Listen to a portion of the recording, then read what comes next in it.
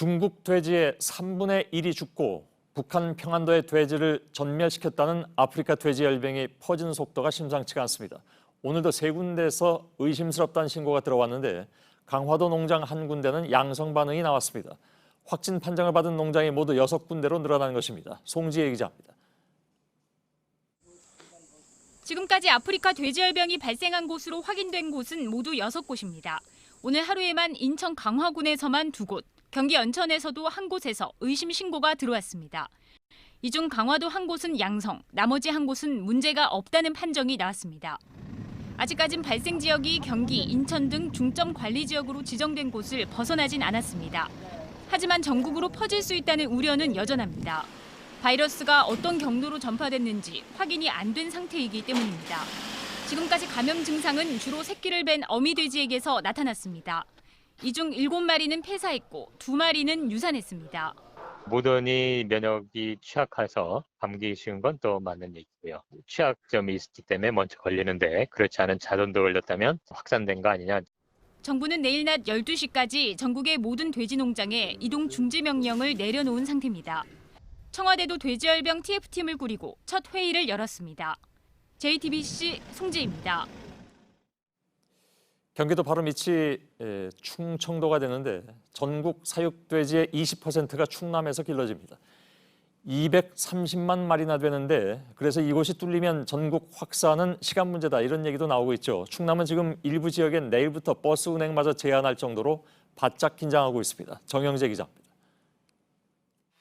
충청남도 홍성의 한 마을입니다. 이곳에서만 약 5만 마리의 돼지가 길러집니다. 굳게 닫힌 문 앞에 하얀 석회만 잔뜩 뿌려져 있습니다. 아프리카 돼지열병 때문입니다. 3년 이상 재입식이 불가능하기 때문에 사실은 그렇게 되면 거의 농장을 그만둬야 되는 그런 상황에. 홍성 돼지사육단지 안에 있는 마을회관입니다. 이 마을회관 앞에는 이렇게 버스 정류장이 하나 있습니다. 이곳을 비롯해서 농장 인근을 지나는 3개 버스 정류장 운행이 당분간 금지됩니다. 아프리카 돼지열병 유입을 막기 위해서 버스 운행을 멈추는 겁니다. 다음 달 예정이던 홍성 한우축제도 취소됐습니다. 대신 도차원에서 유력한 매개체인 멧돼지 퇴치에 총력을 기울이고 있습니다. 곳곳에 포획틀을 늘리고 평소에 2배 넘는 엽사들이 사냥에 나서고 있습니다. 충남의 사육돼지는 230여만 마리에 이릅니다. 우리나라 사육돼지 5마리 중 1마리가 충남에서 길러집니다. 그래서 충남이 뚫리면 전국 확산은 시간 문제라는 분석입니다. 현재 발생 농장들과 직간접적으로 역학관계가 있는 농가만 181곳입니다. 아직 의심 증상을 보인 곳은 없지만 잠복기가 남아있어 긴장의 끈을 놓지 못하고 있습니다. JTBC 정영재입니다.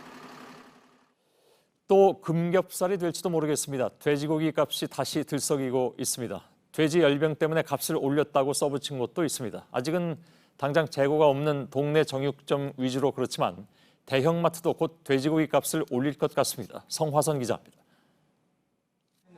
서울의 한 정육점에 붙은 안내문입니다. 돼지 열병 때문에 가격이 폭등해서 갑자기 값을 올리게 됐다면서 양해를 구합니다.